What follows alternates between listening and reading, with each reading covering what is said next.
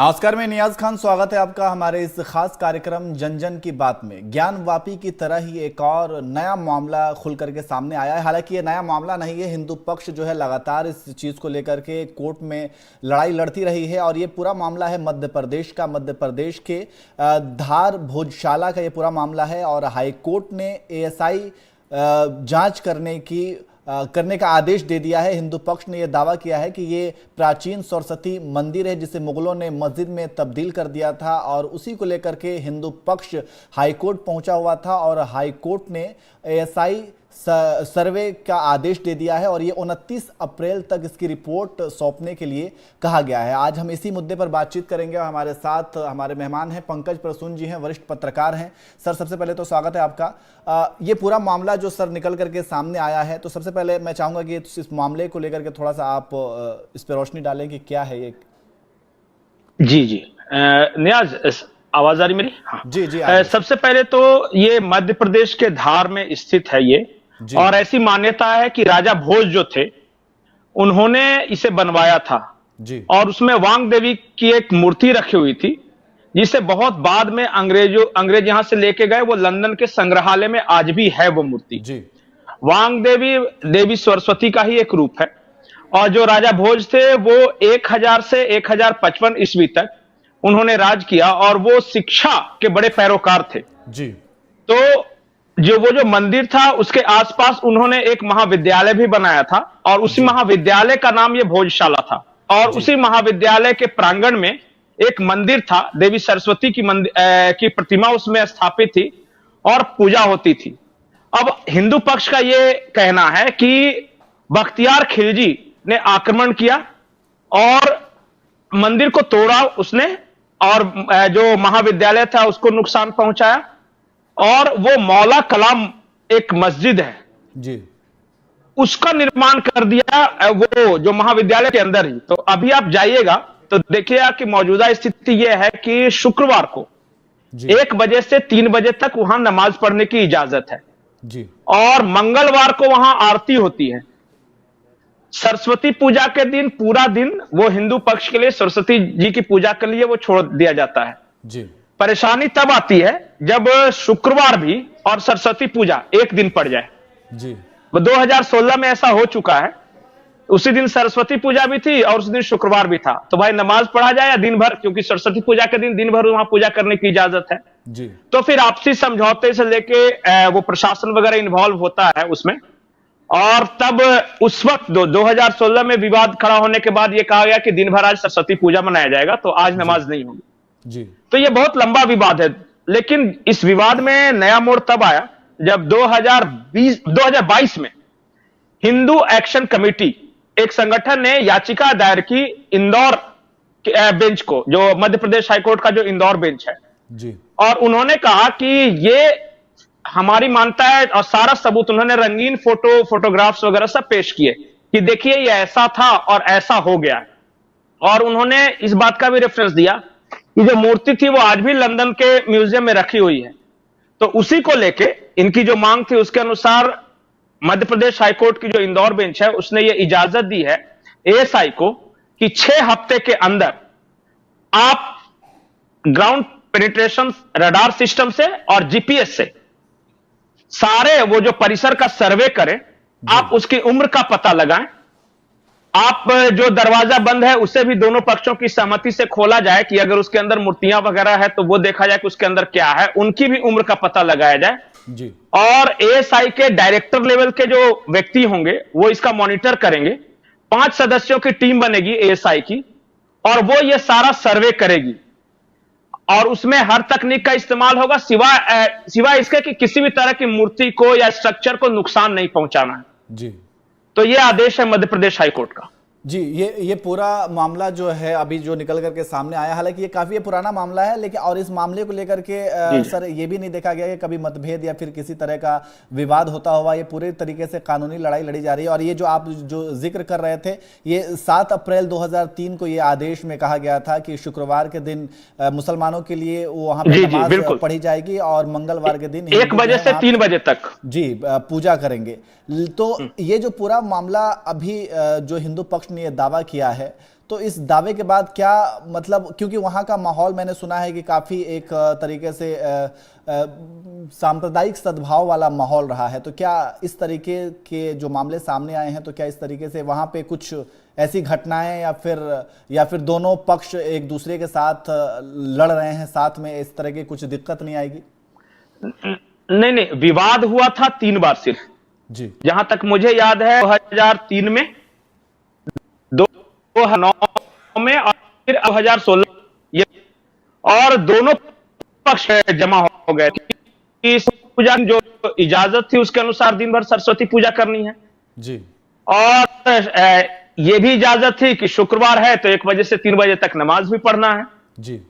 हिंदू पक्ष का एक दावा यह भी था कि हम बार बार वो जो यज्ञ वेदी है उसको हम पूजा पाठ करते हैं, उसको पवित्र है, और जिस पढ़ने आते हैं तो उसको पता चला कि अपन, ये उनका आरोप था जो हिंदू पक्ष है जी।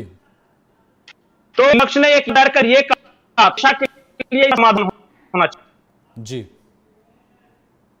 वही उसी दौरान एक याचिका दायर की 2022 में, बाद में फिर धीरे धीरे मध्य प्रदेश हाईकोर्ट तक ये मामला पहुंचा।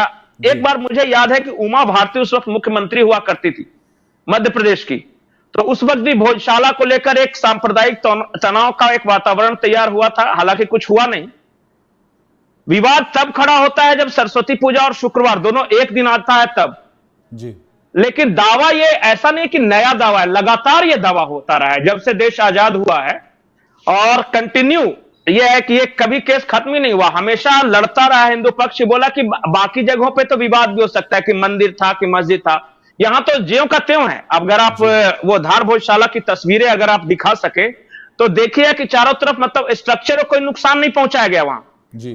फर्क सिर्फ यह है कि जो महाविद्यालय परिसर था उसके बीचों बीच एक सिर्फ मस्जिद का निर्माण कर दिया गया था जी। और बाकी ज्यों का त्यों छोड़ दिया गया था। और जो बख्तियार खिलजी ने जब आक्रमण किया था इस पर, जब मस्जिद बनवाई थी ये, तो उसने मूर्ति को भी कोई नुकसान नहीं किया था। वांग देवी की मूर्ति वहां पे पड़ी हुई थी, और बाद में जब अंग्रेज आए तब उन्होंने इस विवाद से बचने के लिए उस मूर्ति को लंदन के म्यूजियम में रखवाया जी।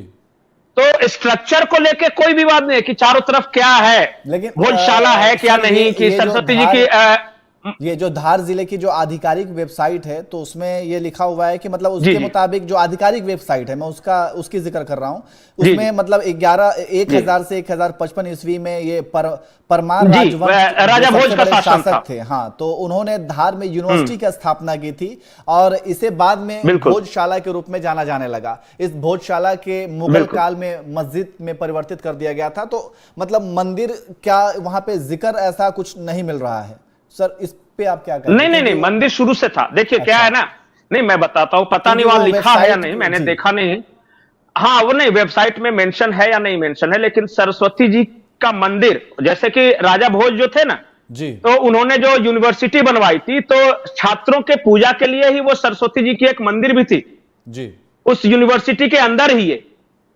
और वो जो वांग देवी की जो मूर्ति है वो बहुत प्राचीन मूर्ति है, आप उसका भी कार्बन डेटिंग करना होगा कि कितनी प्राचीन मूर्ति है वो, क्योंकि जब वो तो लंदन के म्यूजियम में है, लेकिन बाकी स्ट्रक्चर और भी कुछ मूर्तियां हैं अभी भी पड़ी हुई। एक वहां पे है कमरा है जहां बंद करके रखा गया है, तो वो मूर्तियां हैं। तो कोर्ट ने कहा कि एक बार उनकी उम्र का पता लगा दिया जाए कि ये क्लेम सही है कि नहीं, कि राजा भोज ने बनाया था या क्या बनाया था, तो समय ये बिल्कुल मैच हो जाएगा कि 1000 से 1055 ईस्वी के समय ही इसे बनवाया गया था। और नीचे भी अगर कोई स्ट्रक्चर है, ग्राउंड पेनिट्रेशन रडार सिस्टम का मतलब यह है कि जो जमीन के अंदर वो एक रडार काम करता है कि नीचे भी अगर कोई स्ट्रक्चर है उस तरह का तो उसका भी पता लगाया जा सकता है, और कुछ निकलता है तो उसके भी उम्र का पता लगाया जा सकता है कि कब ये बनाई गई थी।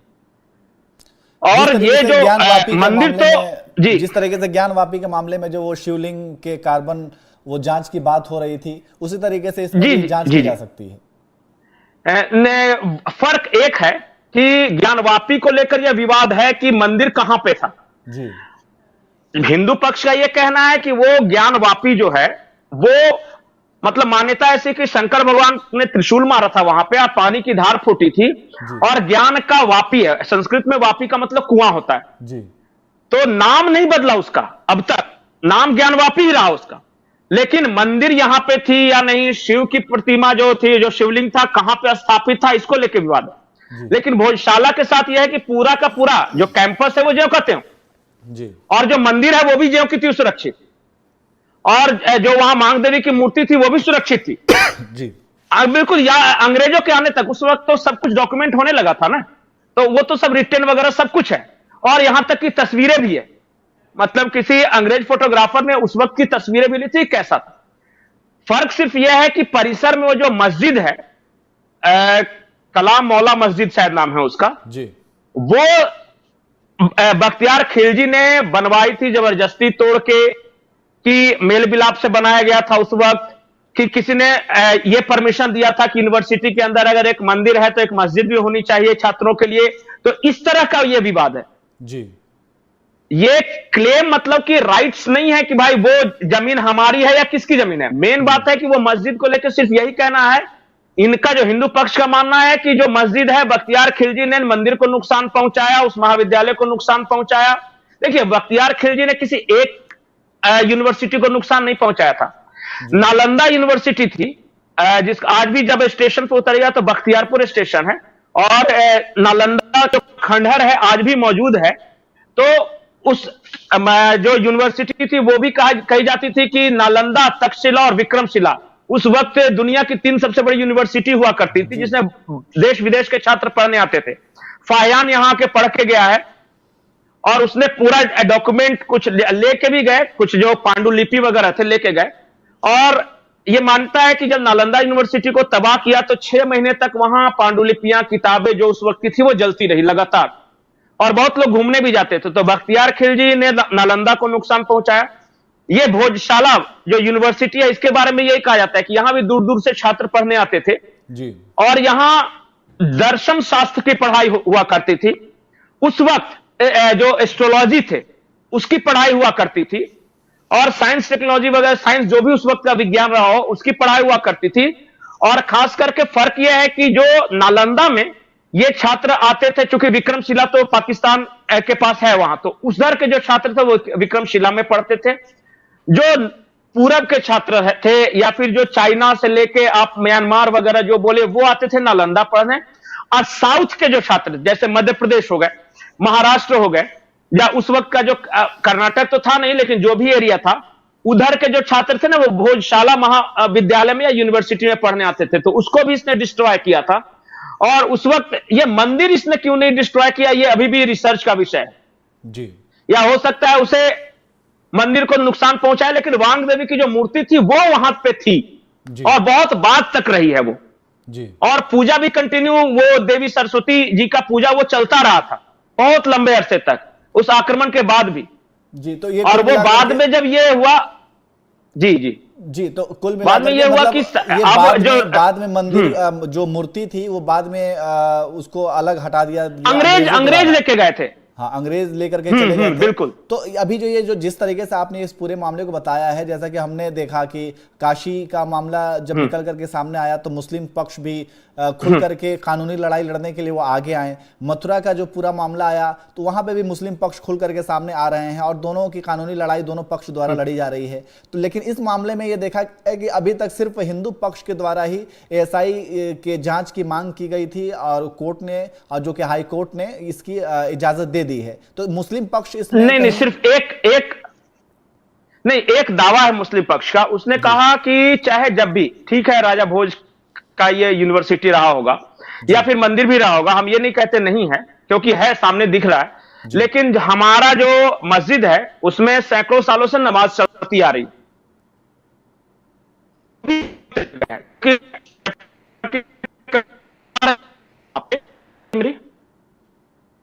हाँ, मैं ये कह रहा था कि मुस्लिम पक्ष का ये कहना है कि सैकड़ों सालों से हम भी वहां नमाज पढ़ते आ रहे हैं और बख्तियार खिलजी ने जो किया उसका पहले प्रूफ कि उसने तोड़ के बनाया या पहले से थी। हो सकता है कि यूनिवर्सिटी स्टूडेंट होंगे उस वक्त और हो सकता है कुछ ऐसे स्टूडेंट होंगे जो कि नमाज भी पढ़ना चाहते होंगे या फिर देवी सरस्वती की पूजा भी करना चाहते, क्योंकि स्टूडेंट तो हर जगह होता है ना। आज भी आप जाएगा तो बहुत सारे यूनिवर्सिटीज में या बहुत सारे आप डिफेंस के जो आर्मी वगैरह में देखिए कि मंदिर भी है, मस्जिद भी है, गुरुद्वारा भी जी। तो बहुत जगह पे ऐसा होता है। इनका यह कहना था कि भाई हमने जबरदस्ती नहीं कब्जा किए, लेकिन जब हमारा मुस्लिम पक्ष जी जी मुस्लिम पक्ष जब ये कह रहा है कि वो मान रहा है कि वहां पे पहले मंदिर थी और पूजा होती रही है, वो तो है ना, अभी भी है, वो तो है, अभी भी है, ये मुस्लिम पक्ष भी मान रहा है। तो फिर जो एएसआई ने जो हाई कोर्ट ने एएसआई जांच की बात कही है, तो वो किस चीज की वहां पे जांच की जाएगी? मतलब क्या वहां पे, क्योंकि जिस ज्ञानवापी और उसके तरह खुदाई वाली तो होगी नहीं कि खुदाई करके वहां पे निकाले जाए कि मंदिर है या नहीं है, वो तो साफ क्लियर कट है कि वहां पे मंदिर है। तो वहां पे अब किस आधार पे और क्या कुछ वहां पे जांच किया जाएगा? नहीं, वहां जांच में ये पता लगाया जाए कि वो जो परिसर है 5 किलोमीटर एरिया के आसपास जो है ना, वो पूरा घेरा डाल के, और जो भी स्ट्रक्चर्स वहां हैं, जैसे कि आप देखिए मस्जिद के अलावा भी आप चारों तरफ जब भोजशाला में जाएगा तो उनकी उम्र का पता लगाया जाएगा कि वो कितने पुराने हैं। ये पता लगाया जाएगा कि जो मूर्तियां जो कमरे में रखी हुई हैं वो कितनी पुरानी हैं। और वो जो हिंदू पक्ष क्लेम करता है कि राजा भोज के जमाने से है, तो राजा भोज का जो राज था 1000 से 1055 तक, और ये जो स्ट्रक्चर खड़ा किया ठीक उसी वक्त का स्ट्रक्चर है या नहीं स्ट्रक्चर है। यह भी पता लगाया जाएगा कि मस्जिद बाद में बनाई गई या साथ साथ बनाई गई। मस्जिद का भी उम्र इससे भी पता चलेगा ना जी, कि मंदिर और मस्जिद की उम्र बराबर है या नहीं। ये बाद में बख्तियार खिलजी आक्रमण किया उस वक्त का निर्माण ये है या नहीं जी। तो ये दावा जो है वो देखिए, इस वक्त ये विवाद सिर्फ एक ही है कि इनका कहना है कि भाई वो मंदिर परिसर है, विश्वविद्यालय परिसर है, और उसके बीच हम हर दिन पूजा करने आते हैं और ये फ्राइडे को आते हैं उसको अपवित्र कर देते हैं। सो इनको कहीं यहां से दूसरी जगह दे दी जाए तो वो क्या होगा कि इससे हमेशा के लिए विवाद समाप्त हो जाएगा जी। मुस्लिम पक्ष का कहना है कि हम सैकड़ों सालों से यहां पे नमाज पढ़ते आ रहे हैं जी, और हम ऐसे कैसे खाली कर दे इसको। मुस्लिम पक्ष एक और कानून का वो हवाला देता रहा है कि 1991 जो वर्शिप एक्ट है, तो वो वर्शिप एक्ट क्या यहाँ पे भी मुस्लिम पक्ष इसका हवाला देकर के, दलील देकर के इस तरीके की कोई अपील कर सकता है कोर्ट में? जी देखिए दर्शकों की जानकारी के लिए बता दूं, the places of worship act के अनुसार जो 1991 में नरसिम्हा राव की सरकार ने लाया था, तो उसके अनुसार 1947 जिस वक्त जो भारत आजाद हुआ था उस वक्त जिस स्ट्रक्चर, रिलीजियस स्ट्रक्चर की जो स्थिति थी, मान लिया कि जो जहां पे मस्जिद था वो वहां रहेगा, जो जहां मंदिर था वो वहां रहेगा, उसमें कोई विवाद की संभावना नहीं। हो सकता है कि पहले तोड़ा हो, लेकिन जो उस वक्त की जो स्थिति थी उसी के अनुसार रहेगा। लेकिन उसमें एक एक्सेप्शन था। एक्सेप्शन ये था कि जो 3 विवादित, जहां जिसका केस चल रहा हो जी, जैसे कि अयोध्या का केस चल रहा था 1947 से पहले, वो अदालत में मामला था, या फिर जो ज्ञानवापी का जो केस है वो भी 1947 से पहले चल रहा था, और ये भी मथुरा जो कृष्ण जन्म स्थान वाला केस है वो भी 1947 से पहले चल रहा था। तो जो अदालत में जो पेंडिंग इश्यूज है उसका अदालत के द्वारा रिजॉल्व किया जाएगा उसको जी। अब बाद में जो भी हुआ है उसको ज्यों कहते हो, मतलब स्टेटस को मेंटेन किया जाएगा। भोजशाला की स्थिति यह है कि देखना होगा एग्जैक्टली, मुझे नहीं पता कि अब 1947 के पहले यह केस दायर की गई थी या नहीं, क्योंकि मुझे जहां तक पता है, हो सकता है कि मैं गलत हूं, 1947 से पहले ये अदालत में विवादित विषय नहीं था ये, लेकिन बाद में इसका जो केस हुआ है। काशी को लेकर के भी तो यही कहा जाता है, जैसे कि काशी ज्ञानवापी वाला केस पहले से चला रहा था। नहीं, लेकिन ये जो कहते हैं कि जैसे कि अयोध्या को लेकर के मुस्लिम पक्ष ये कहता रहा है, खास करके जमीयत उलमाए हिंद के जो मौलाना है वो ये कहते रहे हैं कि उन्होंने राम मंदिर के मुद्दे को इस कानून से अलग रखा, लेकिन ये इसके बाद जो भी मामले सामने आए हैं, चाहे वो काशी का हो, मथुरा का हो, वो सब इस कानून के अंतर्गत आता है। इस वजह से वो इस कानून को आधार बना करके कोर्ट के अंदर अपनी दलील वो दे रहे हैं। नहीं, वही वो दलील दे रहे हैं, लेकिन जो प्लेसेस ऑफ वर्शिप एक्ट जो है उसमें साफ साफ मेंशन है कि 1947 के पहले जो मामले अदालत में चल रहे हैं अदालत के द्वारा ही रिजॉल्व होंगे। और जो मेरी जानकारी है कि ज्ञानवापी और जो कृष्ण जन्मस्थान वाला मुद्दा है वो अदालत में 1947 से पहले ही फाइल किया जा चुका था, और आजादी के पहले अयोध्या में तो हिंसा भी हुई थी उसे लेकर, और यह कहा गया था कि कुछ निहंग सिख थे जिन्होंने आके मूर्ति वहां रखी थी जी। ये जो विवाद था, तो वो विवाद अदालत, मतलब उस प्लेसेस ऑफ वर्शिप एक्ट के अनुसार यही है कि जो अदालत में इशू उस वक्त चला गया था वो तो चला गया था। ऐसा नहीं होगा कि अब जाके आप अदालत में आज जाके कोई क्लेम करे, जैसे मैं उदाहरण बताता हूं, आज जाके कोई अदालत में कह दे कि तेजो महालया है, ताजमहल नहीं है, तो प्लेसेस ऑफ वर्शिप एक्ट के अनुसार उसका खारिज हो जाएगा। इसीलिए जो हिंदू पक्ष के कुछ लोग, कुछ ऑर्गेनाइजेशन ये भी मांग कर रहे हैं कि प्लेसेस ऑफ वर्शिप एक्ट को भी एबॉलिश किया जाए। जी। हाँ, कि वो नहीं होना चाहिए, ऐसा कैसे? लेकिन मुझे ये सही जानकारी नहीं, मैं स्वीकार करता हूं कि धार भोजशाला का जो मामला था वो प्लेसेस ऑफ वर्शिप एक्ट के अंदर आता है या नहीं आता है, क्योंकि केसेस तो चल रहे थे। अब कब से चल रहे थे ये मुझे जानकारी नहीं है इस बात। लेकिन सर एक और लेकिन चीज है कि एएसआई जिस सर्वे तरीके का से हाईकोर्ट ने जब आदेश दिया होगा जी, हिंदू तो पक्ष कुछ तो ये भी उसमें कह भी रहा है, आधार देखा होगा। हाँ, यहाँ तक कि जो आरएसएस चीफ है उन्होंने भी ये कहा था कि काशी, मथुरा और अयोध्या का तो पूरा मामला हो गया। काशी, मथुरा ये तीन जो हैं हिंदुओं के नजदीक काफी पवित्र हैं और इसको मुसलमानों द्वारा दे दिया जाना चाहिए। और विष्णु जैन जो इसके जो वकील हैं, जो ज्ञानवापी के वकील हैं, उन्होंने भी ये बात कही थी। लेकिन वही विष्णु जैन ने अभी ये जो मामला आया हुआ है, ये जो मामला अभी आया हुआ है सर भोजशाला का, वो विष्णु जैन ही उसका केस देख रहे हैं। तो एक तरफ मुसलमान पक्ष तो ये कह सकता है कि एक तरफ आप ये कहते हैं कि काशी, अयोध्या, मथुरा ये तीन, इसके अलावा फिर विष्णु जैन इस तरीके के भी केसेस को निकाल रहे हैं। तो मुस्लिम पक्ष के पास एक कहने को तो मिल जाएगा ना सर? नहीं। जी देखिए, संघ परिवार का बिल्कुल स्पष्ट मानना है कि हमारा क्लेम सिर्फ 3 जगहों पे था, जो विवाद था काशी, मथुरा और बनारस। जी नहीं, अयोध्या, सॉरी, अयोध्या, काशी और मथुरा। हाँ, संघ परिवार ने, जो संघ परिवार से जुड़े जो ऑफिशियल है, जो भी, चाहे विश्व हिंदू परिषद हो या बजरंग दल हो या फिर राष्ट्रीय स्वयंसेवक संघ हो, इसने भोजशाला को लेकर कभी अपने तरफ से कोई एक डायरेक्ट इन्वॉल्वमेंट इनका नहीं रहा जी। लेकिन संघ परिवार से इतर भी कुछ संगठन है जी, और मुझे पता है कि ये विष्णु शंकर जैन है, इनका संघ परिवार से कोई डायरेक्ट लेना देना नहीं, ये वकील हैं। अब ये किसी पे क्लेम कर सकते हैं, संघ परिवार वहां पे नहीं है। संघ परिवार सिर्फ 3 मांगे और उन्होंने ये भी कहा है कि हम ये 3 बाकी में, क्योंकि ये हमारे लिए सबसे बड़े 3 तीर्थ है, एक शंकर का है, एक विस्तार जो है वो मतलब भगवान कृष्ण का, और एक राम जी का है जी। और ये भोजशाला वगैरह में संघ परिवार का डायरेक्ट इन्वॉल्वमेंट नहीं है।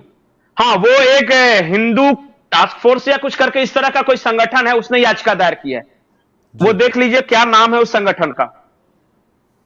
उसमें संघ परिवार, भाजपा, राष्ट्रीय स्वयंसेवक संघ के कोई भी अनुषांगिक इकाई है, वो भोजशाला विवाद में डायरेक्टली इन्वॉल्व नहीं है जी। तो ये सर ये जो अब ये पूरा मामला है, 29 अप्रैल को अगली सुनवाई होनी है। तो अगली सुनवाई का वही मैं कह रहा था कि एएसआई को किस तरीके की रिपोर्ट सौंपनी है इंदौर हाई कोर्ट के पास, और फिर उस किस आधार पे हाई कोर्ट जो है आगे 29 अप्रैल को सुनवाई करेगी सर? नहीं, एएसआई के पास एक्सपर्टीज होती है कि कौन सा किस वक्त का है, तो वो उन्होंने 2 तरह के सर्वे करने के लिए कहा है। एक मैंने बताया कि ग्राउंड पेनिट्रेशन रडार सिस्टम से सर्वे होगा और एक जीपीएस से सर्वे होगा। दोनों का फर्क समझिए।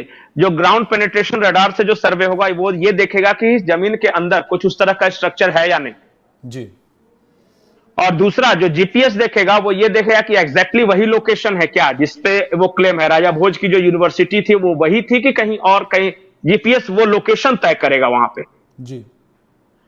और इसके अलावा कुछ फिजिकल सर्वे भी कराए जाने हैं, जैसे वहां मूर्तियां कितनी पाई गई, दीवार जो है उनकी एज क्या है, ये सब चीजें सब करके 6 हफ्ते का वक्त दिया गया है। और भी बहुत सारी चीजें हैं, डिटेल्स में देखना होगा कि एग्जैक्टली क्या क्या किया है। लेकिन अभी तक जो मैंने सरसरी तौर पे देखा है, दीवारों की उम्र पता की जाएगी, वो स्ट्रक्चर कितना पुराना है ये पता किया जाएगा, जमीन के नीचे कुछ है या नहीं वो पता किया जाएगा, एग्जैक्ट लोकेशन वही है क्या ये पता किया जाएगा।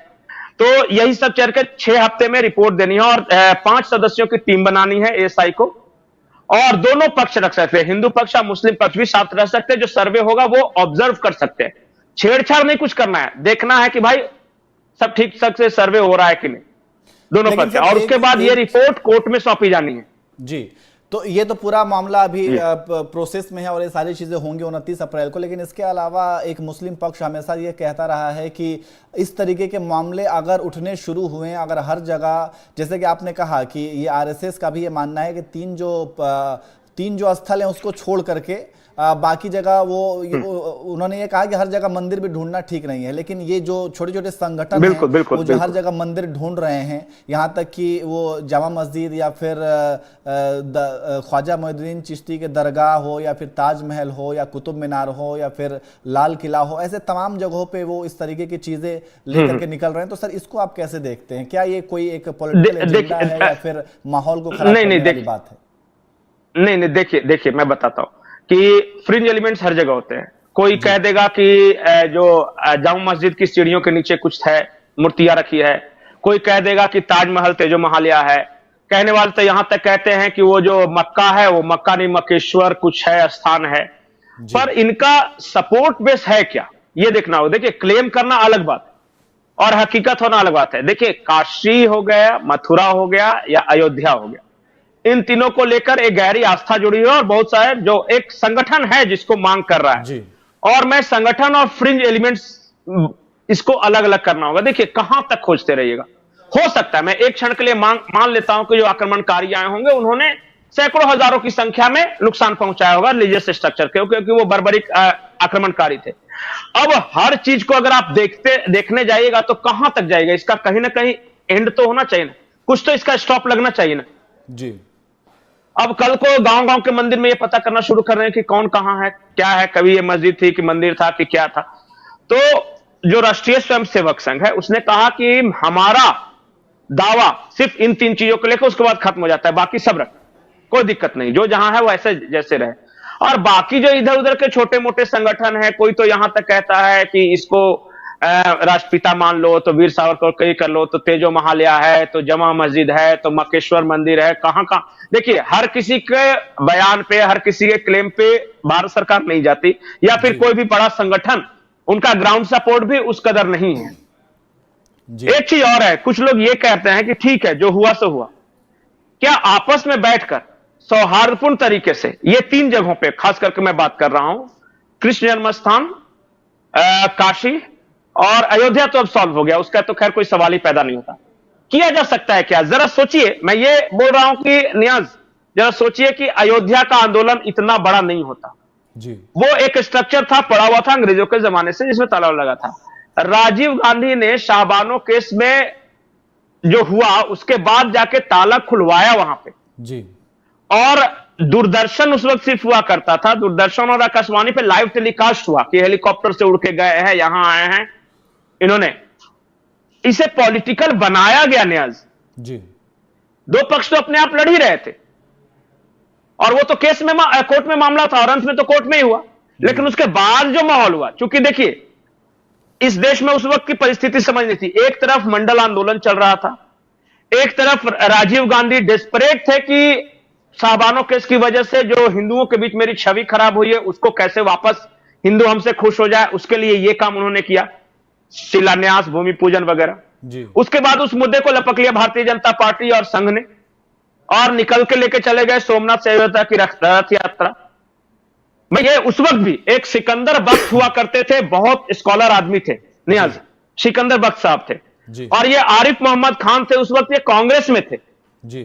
इन लोगों ने बहुत प्रयास किया कि इस मामले को आउट ऑफ प्रोपोर्शन नहीं जाने दिया जाए और कई बैठकर सौहार्दपूर्ण तरीके से किया जाए कि नहीं, लेकिन उन लोगों की चली नहीं। देखिए, कांग्रेस से निकाल दिए गए आरिफ मोहम्मद खान, सिकंदर बख्श उस वक्त फिर भारतीय जनता पार्टी में वो आ गए। आज भी मैं बोलता हूं कि जरा सोचिए कि अगर दे तो क्या हो, क्या माहौल होगा। कल को जाके मुस्लिम पक्ष कहे कि ठीक है आपकी ये 3 आस्थाएं हैं, भगवान शंकर, राम और कृष्ण, चलिए आपके लिए हमने छोड़ दी जी। फिर क्या होगा? फिर देखिए क्या माहौल इस देश का होगा। फिर इन फ्रिंज एलिमेंट्स का क्या होगा जो दावा करते फिरते हैं, इनको अपने ही समाज में कोई पूछने वाला नहीं होगा जी। बोलेगा आदमी कि देखो सामने वाला इतना बढ़िया तरीके से इस देश के विवाद हल करना चाहता है और तुम हो कि विवाद पैदा करना चाहते हो, ऐसा कैसे? उस वक्त भी जब बाबरी एक्शन कमेटी बनाई गई थी तो उस वक्त भी कुछ लोगों ने विरोध किया था, लेकिन चलिए जो हो गया सो हो गया। आज भी मैं ये बोलता हूं कि कोर्ट तो देखिए, कोर्ट तो देगा ही, आज दे, कल दे, 5 साल बाद दे, 10 साल बाद दे, 20 साल बाद दे, कोर्ट का जो फैसला आएगा। पर कोर्ट के फैसले आने के बाद किसी को पीड़ा नहीं होनी चाहिए जी। चलिए सर, एक और वो तब आखिरी होगा जब सवाल। समाज का दोनों तबका एक साथ बैठ के, क्या होगा, कह दे कि ठीक है आपका दो ही जगह है ना, ले लो, क्या दिक्कत है, बाकी सही क्लेम बात नहीं है, कहीं ये करना। सारी चीजें तो सामने मिल वाला भी बैठ कर- कह के बोल दे, हाँ हाँ, सामने वाला भी बोले कि नहीं, पूरा देश का माहौल बदल जाएगा। सही बात और है। इससे फिर जो उसके भी बाद पॉलिटिकल फायदा जो उठाने धर्म के वाले नाम हैं, पे, जो धर्म के नाम पे राजनीति कर रहे हैं, अब बताइए, एलिमेंट है, उनका भी पर्दाफाश हो जाएगा। तो हालांकि ये पर्दाफाश ऐसा माहौल- नहीं, पूछने वाला ही नहीं रहेगा उनको कोई, जी बिल्कुल, उनको कोई पूछने वाला ही नहीं, अपने आप अपनी मौत खुद मर जाएंगे वो, बिल्कुल। और इसके और साथ पॉलिटिकल फायदा भी नहीं उठा सकेगा कोई। बड़ी खबर ये भी है, जो कि हम लोग CAA को लेकर के हमेशा से जो चर्चा करते रहते थे, तो अब गृह हाँ, मंत्रालय की तरफ से अधिसूचना भी गृह जारी कर मंत्रालय दिया आ गया गया, है। तो इस चीज को नोटिफिकेशन सर जारी कैसे हो देख रहे हैं, बिल्कुल। CAA जो अभी अधिसूचना जारी किया गया है? देखिए, पहले भी होम मिनिस्टर ये कहते रहे हैं, और उन्होंने कहा भी था कि लोकसभा चुनाव से पहले हम CA लेके आ जाएंगे। जी, नोटिफिकेशन जारी अभी हुआ है सिर्फ, उसके बाद अभी फिर से वही, मुझे 2019 के लोकसभा चुनाव के पहले वाला वक्त, उस वक्त भी यही हुआ था। अभी भी देखिए लंबा वक्त है, अभी इसको लोकसभा में जाना होगा फिर से दोबारा, क्योंकि देखिए संसद का एक जब कार्यकाल समाप्त हो जाता है, जैसे 2019 के लोकसभा चुनाव के पहले ये लाए थे, तो क्या हुआ, लोकसभा में पेश करना पड़ा, राज्यसभा में नहीं हो सका। इस बार फिर चुनाव के पहले पूरा प्रोसेस करना होगा, पहले ये नोटिफिकेशन इनको ले जाना पड़ेगा, राज्यसभा से पास कराना पड़ेगा, तब ये राष्ट्रपति के पास जाएगा, तब दस्तखत होगा, तब ये कानून बनेगा। जी। लोकसभा चुनाव में कितने दिन हैं न्याज, बस अब तो बस आने वाला है ये, कभी भी उस बीच ये हो सकता, बस 2019 के पहले लाया गया, उस वक्त नहीं हो सका, डिसॉल्व हो गया, फिर से नए सिरे से, चूंकि उसका कार्यकाल समाप्त हो चुका था, तो उस लोकसभा में जो कुछ हुआ अधूरा रह गया, तो उसका कोई महत्व नहीं, फिर से नया लोकसभा बना, फिर उसको प्रोसेस कंप्लीट करना पड़ेगा, पास हो गया नहीं होगा, फिर ये डिसॉल्व हो जाएगा, फिर अगले साल चुनाव होंगे। अब 2029 के लोकसभा चुनाव के पहले फिर देखिए, जो हकीकत है वो तो है ना। जी बिल्कुल बिल्कुल। अब बताइए, जो कहा जा रहा है कि 14 या 15 को चुनाव है, प्रेस कॉन्फ्रेंस करने वाला, और आज हो गए 11 है ना, अब बताइए 4 दिन पहले नोटिफिकेशन आया है, संसद का सत्र कब आया, बुलाया जाएगा, कब दोनों सदनों में पारित होगा, फिर कब राष्ट्रपति साइन करेंगे, तब तक चुनाव खत्म हो, पता चलेगा कि जब आचार संहिता लग जाएगी तो कुछ कर नहीं सकते। बिल्कुल, चलिए 4 दिन के अंदर प्रेस कॉन्फ्रेंस कर देगा चुनाव आयोग। अब बाकी तो आप समझदार है, दर्शक भी समझदार है, सब समझ गए।